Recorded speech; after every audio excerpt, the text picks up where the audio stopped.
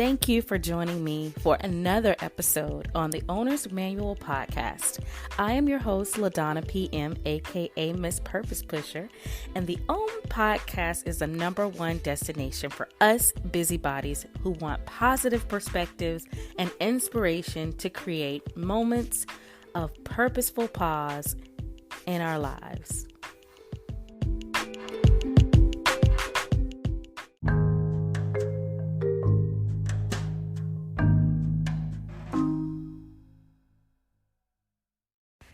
Previously on the Owner's Manual podcast. Hello. If you're just joining us, I am LaDonna PM of the Owner's Manual podcast. I'm so thankful to be joining you for another week of wonderful, purposeful pause. This week, our podcast recording falls on Mother's Day, and I couldn't be even more delighted and honored to join you on today. So happy Mother's Day to all of the listeners out there and those of you who are just discovering this podcast or joining for the first time. I extend my deepest wishes for all the moms to have a wonderful, blessed Mother's Day. So last week on episode number 12, we talked about pruning your garden so that your flowers can bloom. And when I talk about the garden, of course, the correlation is related to, a physical garden. However, I was talking about that inner garden that needs pruning so that everything that no longer serves us can be removed, and pruning so that we can help encourage and inspire growth that we need to increase abundance and fruit in our lives. So if you missed that episode, I encourage you to go back and listen to it. And I hope your flowers bloom. That's the title of last week's episode. And this week, we are going to be talking about mothering your soul. That's rich. And so don't go anywhere. I'm going to dive right into it after the break. So stay tuned.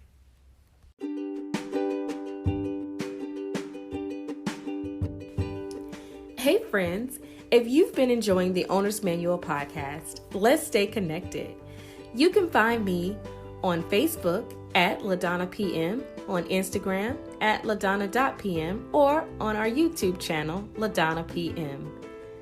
My mission is to inspire, teach, and create, and I'm sure you'll find all of that and more on our social media platforms. Let's stay connected.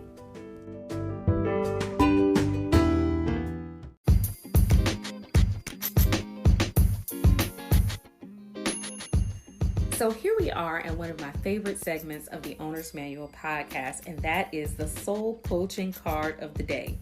You already know that I consider myself to be your soul coach, right?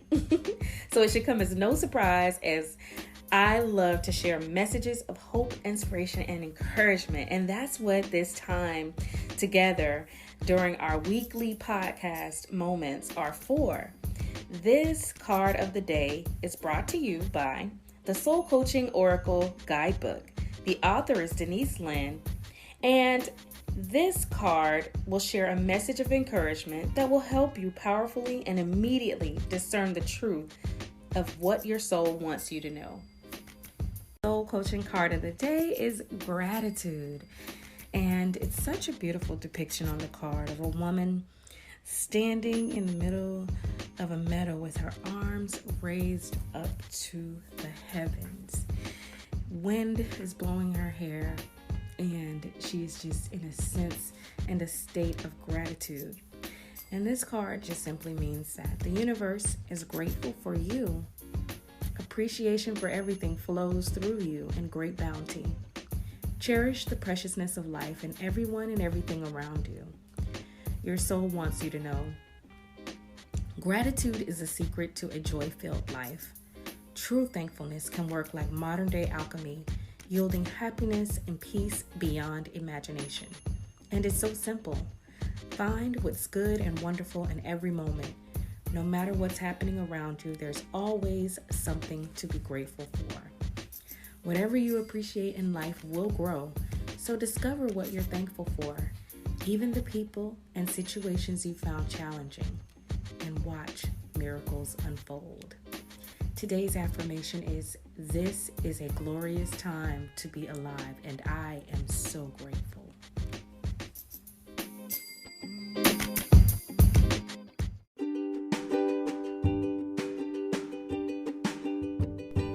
Are you desiring a little bit more gratitude in your life? If you've been following along with my podcast, you'll know that one of the ways that I do this is by journaling. I've created a new journal just for you, available on Amazon. It's called my Love, Peace, and Joy Gratitude Journal. I believe that small seeds of gratitude produce a harvest of hope. So if you're desiring to create more spaces of gratitude in your life, allow this journal to help you achieve that goal. You can find my journal at this shortcut link, bit.ly/LPM books. That's all lowercase. Again, that's bit.ly/LPM books. I hope you enjoy it.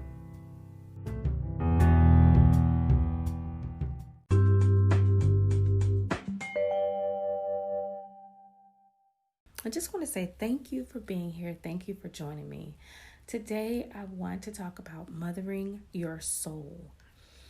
When I think about the word mother, some of the first words that come to mind for me are nurturer or soother, my first love, someone who is a comforter, protector, provided gentleness and discipline in my life, someone who gave me tenderness and a sense of security, someone who gave birth to and nurtured new life.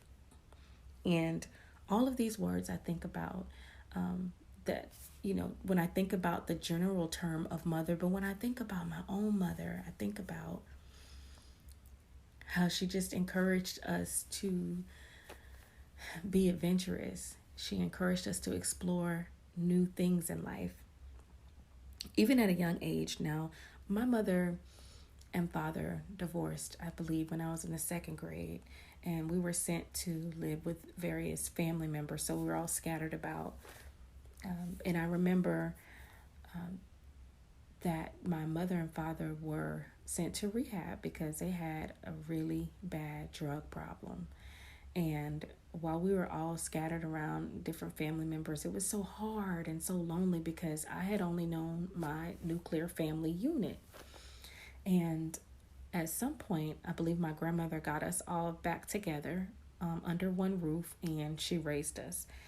And I remember reconnecting with my mother in my early teen years, probably about maybe 12 or 13. And she would call, we would talk on the phone, and I just remember wanting to know so much about her, wanting to just reconnect with every part of who I knew her to be. And it didn't matter about the distance. It didn't matter about the drugs. It didn't matter about her presence not being there. What mattered was the connection that I felt to her, and that never waned. Unfortunately, my mother's no longer here with me in the physical sense of the word, but I do feel her presence all around me. I do feel her presence when I'm gardening and tending to my plants. I feel her presence strongly because that is one of the things that she absolutely so good at. She had a major green thumb. And so now when I garden or tend to my plants, I feel like I'm carrying a special part of her with me in that activity. That's our bonding activity in the spirit, if you will. And even when I'm doing my hair and I look in the mirror and I see my face, I see her. So there's little things that remind me of her constantly every day, such as butterflies. She loved butterflies. And so in turn, I've kind of adopted that as, her spirit token. And I see butterflies all around, especially when there are moments of transformation in my life. It's become a symbol of her in my life. And so today, when I think about mothering the soul, and I learned early on that your soul is your thinker, feeler, and chooser from one of my former pastors. And just to dig a little deeper, Gary Zukav, who wrote The Seat of the Soul, says that your soul is what you are. It's that powerful, purposeful essence at the center of who you are. And as you follow your inner sense of meaning, which is your inner compass or your purpose in life, you tend to sail in the direction of that connection to the universal consciousness, which is the mothership, as he described it. And your life just begins to flow in that direction. And sometimes what I found especially helpful is that all of us have a sense of powerful, purposeful essence, and it's so essential to provide that mothering energy to it at some point or another, because we're all searching, for that deeper meaning. And oftentimes on that search, on that journey of searching for deeper meaning, we can get sidetracked. We can get held up by wounds of our childhood. We can get tripped up by our ego or putting up defense systems. And so today I want to share with you some powerful tools that you can use to mother your soul.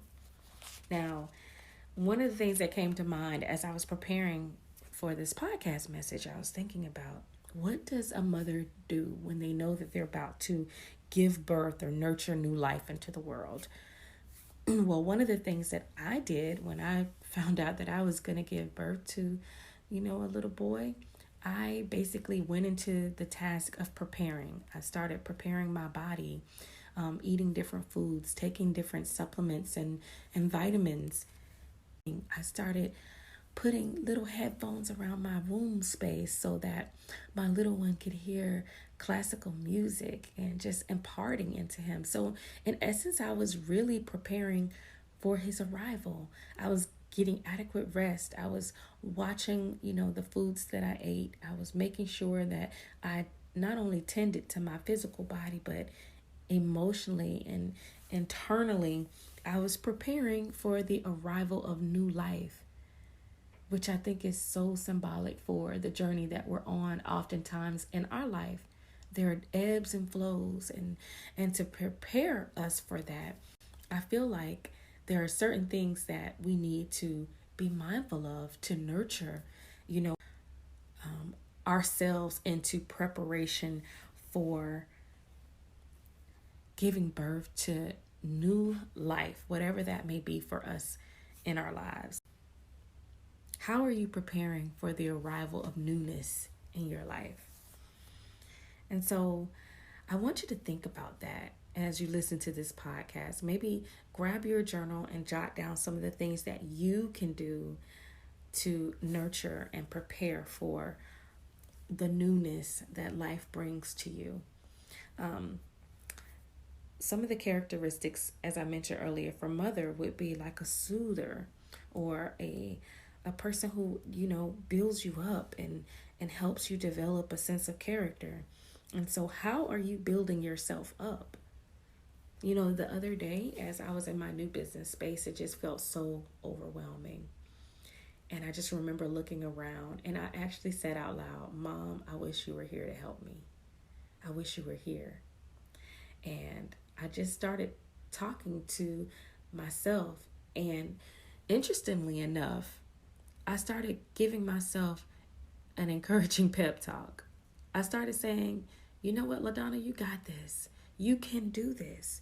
You've got this. You have an incredible sense of organization.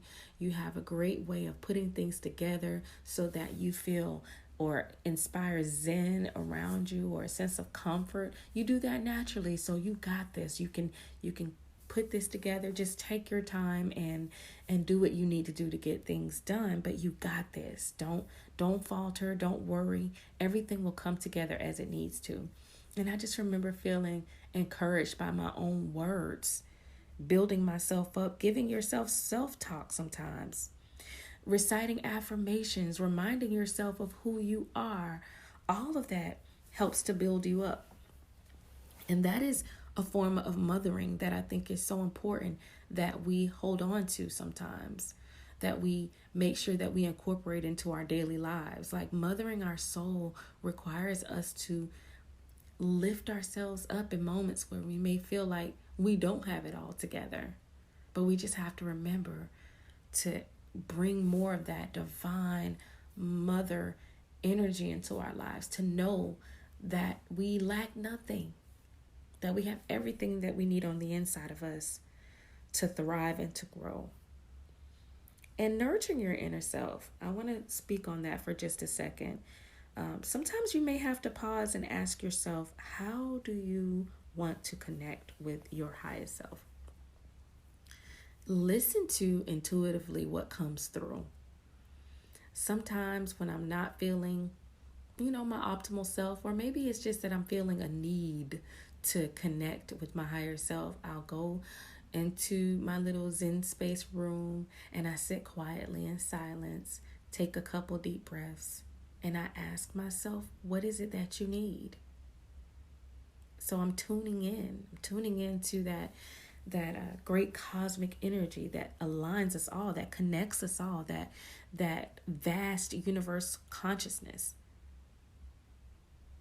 I'm allowing my inner self to sail in the direction of that mothership. I'm getting quiet and I'm tuning in and I'm asking my highest self, how can we connect? I'm eliminating distractions. And I just go with the flow of what comes to mind. One day that happened, and intuitively I heard the words dance. I love to dance, but this was a different type of dance. This was an exaltation or a praise dance that I was being called to do to release negative emotions. And so I put on some music that I love, and I just started to dance around my room.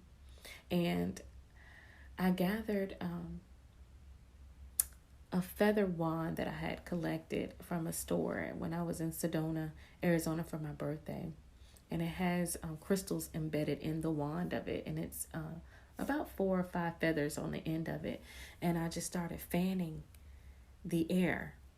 And as I did that, I realized that I was shifting my external atmosphere.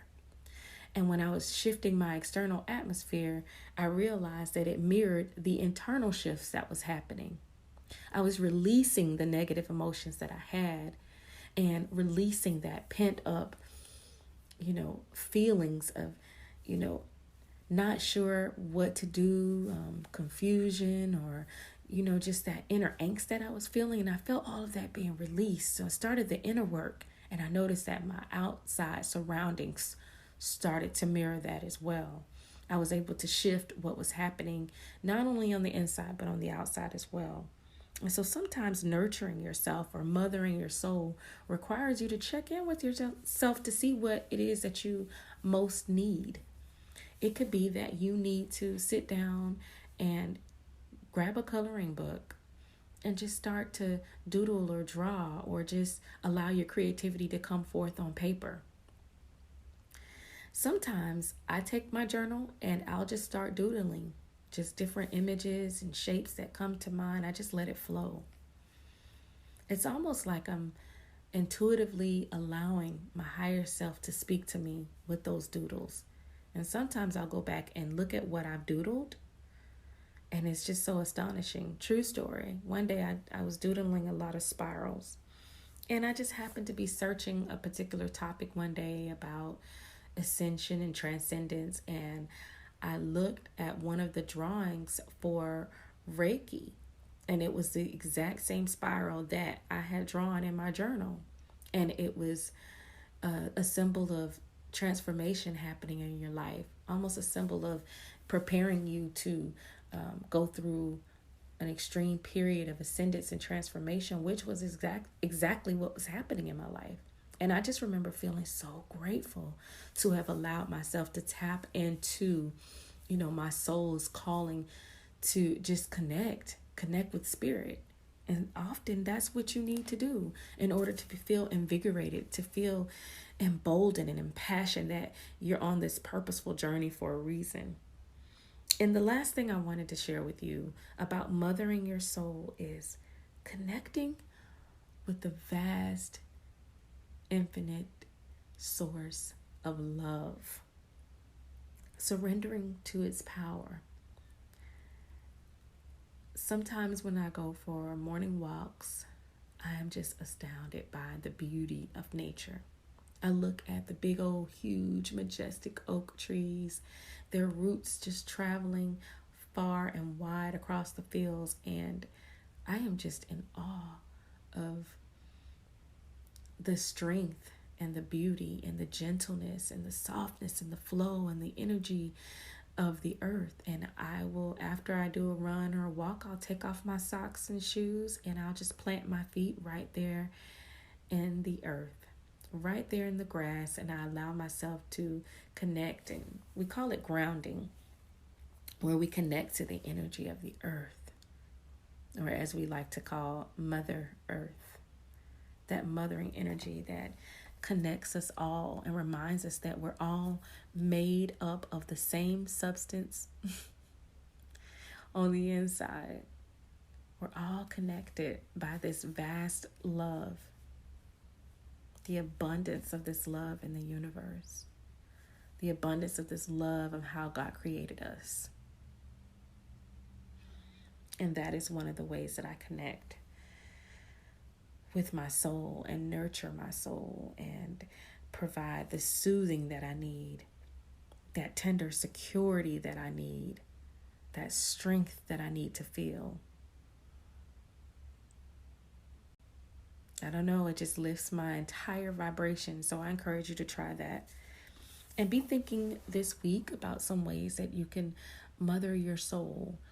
I know that some of us don't have our physical mothers here, or maybe we're estranged, or some of us actually have our mothers. And I want you to think about what your mother meant to you or means to you, and pull out some of the ways that you feel like you can emulate that love and that bond of security and comfort and nurturing and soothing. How can you emulate those wonderful characteristics by giving yourself the gift of mothering your inner self? And I hope that you found these tips or these things that I've shared super helpful for you, and reconnecting to that wonderful, great cosmic energy that is the mother.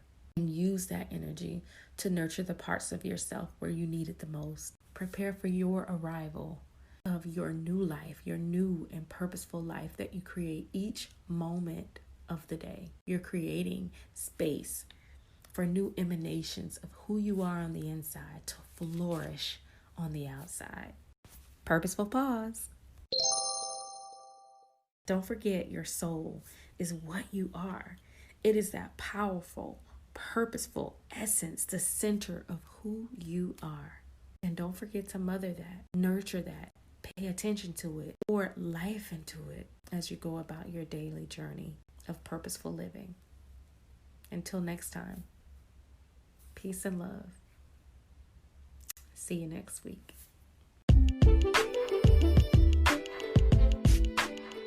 So I wanted to extend an invitation of something that was placed on my heart to do in honor of my latest book, Pursuing Purpose, a 21-day devotional to triumph.